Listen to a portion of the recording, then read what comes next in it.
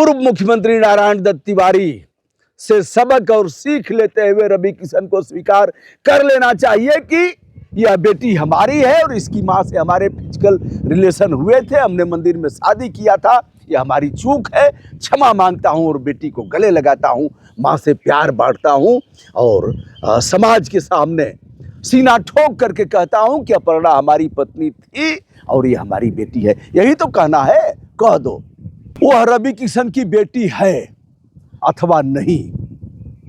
बेटी की मां रवि किशन पर फर्जी आरोप लगा रही है, 20 करोड़ की रंगदारी मांगा, इस पर अपराध दर्ज हो गया है, अन्वेषण चल रहा है। जिनके ऊपर अपराध दर्ज है उसमें अपर्णा ठाकुर हैं और वह बेटी है जिसे कहा जा रहा है कि रवि किशन की ही बेटी है, सिनोवा, और इसके अलावा अन्य लोग भी हैं। बेटी ने कहा रवि किशन हमारे पिता हैं, मां ने बताया है। रवि किशन ने स्वयं हमसे बताया है कि बेटी मैं तुम्हारा बाप हूं, तुम्हारे लिए वह सब कुछ करूंगा जो हमें करना चाहिए, सीमा तोड़ कर करूंगा। जन्मदिन पर बधाई देते थे, ऐसे भी प्यार देते थे, लेकिन कुछ दिनों से अब उन्होंने बात करना बंद कर दिया है। मामला डीएनए टेस्ट तक पहुंचा और पहुंच गया है हाई कोर्ट, बॉम्बे उच्च न्यायालय। उच्च न्यायालय इस पर क्या करेगा यह तो देखने की बात है। किंतु अपर्णा ठाकुर, अपर्णा सोनी भी लिखती है, उन पर उनकी बेटी, उनके बेटे और विवेक है, इसके अलावा एक पत्रकार हैं, इन लोगों पर अपराध दर्ज हो गया है। इस अपराध में पुलिस उन्हें खोज रही है। यह लोग मुंबई में हैं और अपने को बच रहे हैं पुलिस से। इधर उच्च न्यायालय मुंबई में इस आशय की याचिका दायर की गई कि जो हमारे ऊपर अपराध दर्ज किया गया है 120 षड्यंत्र का, 195, 386, 388, 504 एवं 506 का, यह राजनीतिक प्रभाव में लखनऊ दर्ज किया गया है। एक बात इसमें और भी जानने की है, यदि आप किसी घटना के शिकार होते हैं, जैसे मान लीजिए वाराणसी में घटना हो गई और आप लखनऊ में दर्ज कराना चाहें, पुलिस कहेगी जहां घटना हुई है वहीं जाओ। गाजीपुर की घटना है तो गाजीपुर में जाओ। यदि कोई घटना बरेली में हुई है और फिर चले जाइए हरियाणा के अंबाला में हुई है, फिर आगे बढ़ जाइए कहीं और भी छत्तीसगढ़ में हुई है, तो पुलिस कहेगी हमसे क्या मतलब, जहां घटना हुई है वहीं जाकर के अपराध दर्ज कराओ। आप भी झेले होंगे और इस बात को बताने की आवश्यकता नहीं है, सब जानते हैं। लेकिन पुलिस ने एक बार भी नहीं कहा, प्रीति किशन शुक्ला ने जो अपराध दर्ज कराया, रवि किशन की पत्नी ने लखनऊ के हजरतगंज में, पुलिस ने एक बार भी नहीं कहा कि घटना तो मुंबई में हुई है ना, तो मुंबई में दर्ज कराइए। या फिर रवि किशन गोरखपुर के सांसद हैं तो यह जाकर के गोरखपुर में दर्ज कराइए, हमसे क्या मतलब। लेकिन हजरतगंज की पुलिस ने अपराध दर्ज कर लिया। आप बताइए ना, अगर इस तरह से आपने दर्ज कराया हो तो बताइएगा। हम तो बहुत मामले में लड़ाई लड़े हैं, अपराध दर्ज नहीं होता। और सुनिए, सीमा के विवाद में लाशें कई दिन तक रह जाती हैं। विवाद, वह पुलिस कहती है हमारे में नहीं, और पुलिस कहती है हमारे में नहीं है। अब एक खेल समझिए, एक दरोगा जी ने बताया साहब हमारे नहर के रास्ते वीआईपी जाता है और वीआईपी जिसके यहाँ गले लग जाएगा ना, उसका 6-7 हज़ार रुपया खर्च होगा। हमने कहा वीआईपी नहर के रास्ते जाता है, क्या है, स्टीमर है, नाव है? तो नहीं साहब, वीआईपी ऐसे ही तैरते हुए जाता है। हमने कहा ये क्या खेल है, बताइए सीधे सीधे। उन्होंने कहा कि यह हम लोगों का गोपनीय भाषा में इसका प्रयोग हम लोग करते हैं। वीआईपी का लोकेशन क्या है? वीआईपी यानी यदि मारपीट करके, हत्या करके या किसी भी तरह कोई लाश अगर नहर के माध्यम से पानी के साथ सहारे बह करके जाती है तो पुलिस तो जान जाती है।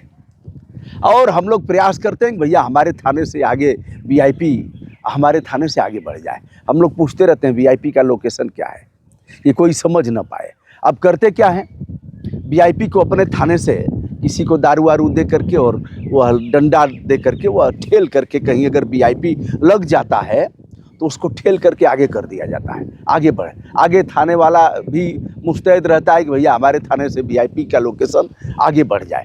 अब जिसके हाँ, तब तक फ़ोन आएगा, अरे साहब नहर में, हेलो दरोगा जी बोल रहे हैं? हाँ हाँ बोल रहा हूँ। अरे साहब नहर में फला गांव के पास एक लाश है, बजा रही है कौवे उस पर और कुत्ते नोच रहे हैं साहब, इसको दिखवाइए साहब, लग रहा है हत्या हुई है। अच्छा, अरे कहाँ है, कैसे है? अरे दरोगा जी तो सब जानते हैं, लेकिन पूछते हैं अच्छा, अरे अरे बहुत बढ़िया, चलिए हम दिखवा रहे हैं, अभी भिजवा रहे हैं। अच्छा तो हम भिजवाएंगे क्या? अरे हम भेजेंगे, 5 सीसी देंगे, ऐसे हर थाने में है, और वह जा करके फिर ठेल करके आगे करेंगे।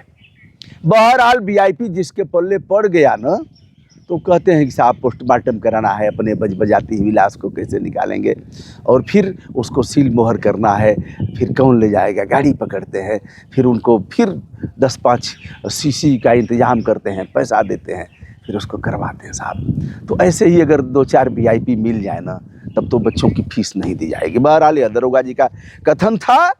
इस तरह से अपने थाने से दूसरे थाने में, लेकिन यह दर्ज कर लिया गया हजरतगंज में, और बायोलॉजिकल चाइल्ड यानी वह बेटी सिनोआ किसकी लड़की है, अब रवि किशन को इसका जवाब देना पड़ेगा। पिछले वीडियो में हमने कहा था कि रवि किशन यदि सही में सच में भूल चूक हो जाती है, अब अगर भूल चूक हो ही गई हो, जवानी में से कदम डगमगाए, जमाना है समझा कि हम पी के आए, अगर भूल चूक हो ही गई है तो फिर स्वीकार कर लेना चाहिए। अब अपर्णा कई एक फोटो दिखा रही है, और महिलाएं जिसके पीछे पड़ जाएंगी ना, समझ लीजिए कोई बचाने वाला नहीं है साहब। अब ऐसे ही महिलाएं जिनके पीछे, अब एक कैदी नंबर कितने हैं मुझे याद नहीं है, आसाराम जी हैं, किसने दुर्गत किया, जिस लड़की के साथ उन्होंने इस तरह का किया, मुंह काला किया, वह लड़की कुछ बताती नहीं है अपने माँ बाप को, ट्रेन में चली आती है कि जान न मार दे सब, घर पर आकर के बताती है। सामान्य सा परिवार पीछा ऐसा किया कि आसाराम को हर जगह से निराशा हाथ लगी, सारे राजनीतिक प्रभाव खत्म हो गए, और कोर्ट ने डंडा किया, आसाराम का अंतिम जीवन जेल में ही बीतेगा। एक स्वामी जी और हैं, मुकदमा उनका भी गृह राज्य मंत्री रहे हैं, जौनपुर से भी सांसद रहे, स्वामी जी एक बड़ा नाम रहा है, श्री राम जन्मभूमि आंदोलन में भी स्वामी जी रहे। स्वामी जी का मुकदमा वापस ले लिया गया है, लेकिन उस लड़की ने स्वामी जी की भी ऐसी की तैसी कर दिया।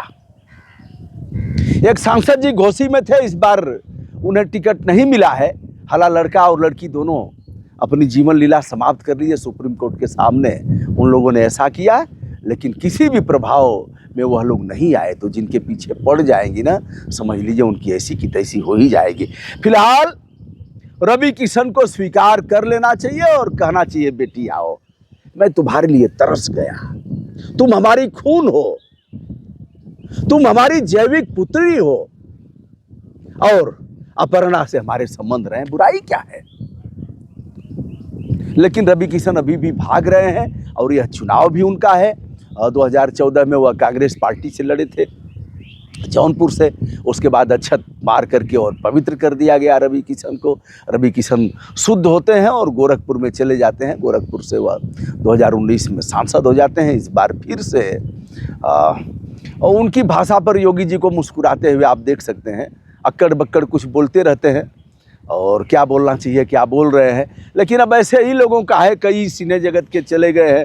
अभी दिनेश लाल यादव निरहुआ को भी आपने देखा, निरहुआ ने किस तरह बेरोजगारी उन्मूलन पर कहा कि बच्चे पैदा, योगी जी मोदी जी बच्चा पैदा किए हैं क्या।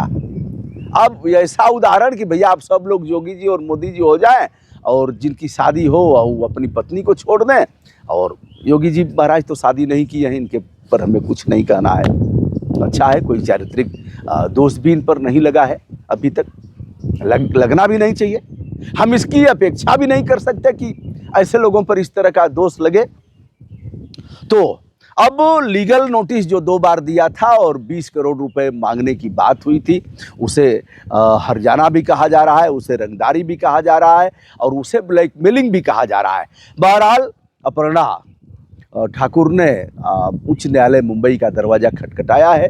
2 चीज़ें कहा है, एक तो हमारा जो अपराध दर्ज हुआ है लखनऊ में उसे केस किया जाए, उन्होंने उस दोनों लीगल नोटिस को भी दिया है कि यह तो हम पहले से ही इनसे मांग कर रहे हैं और वैधानिक नोटिस दिया है, लेकिन इन लोगों ने राजनीतिक प्रभाव के चलते यह मुकदमा दर्ज कराया है।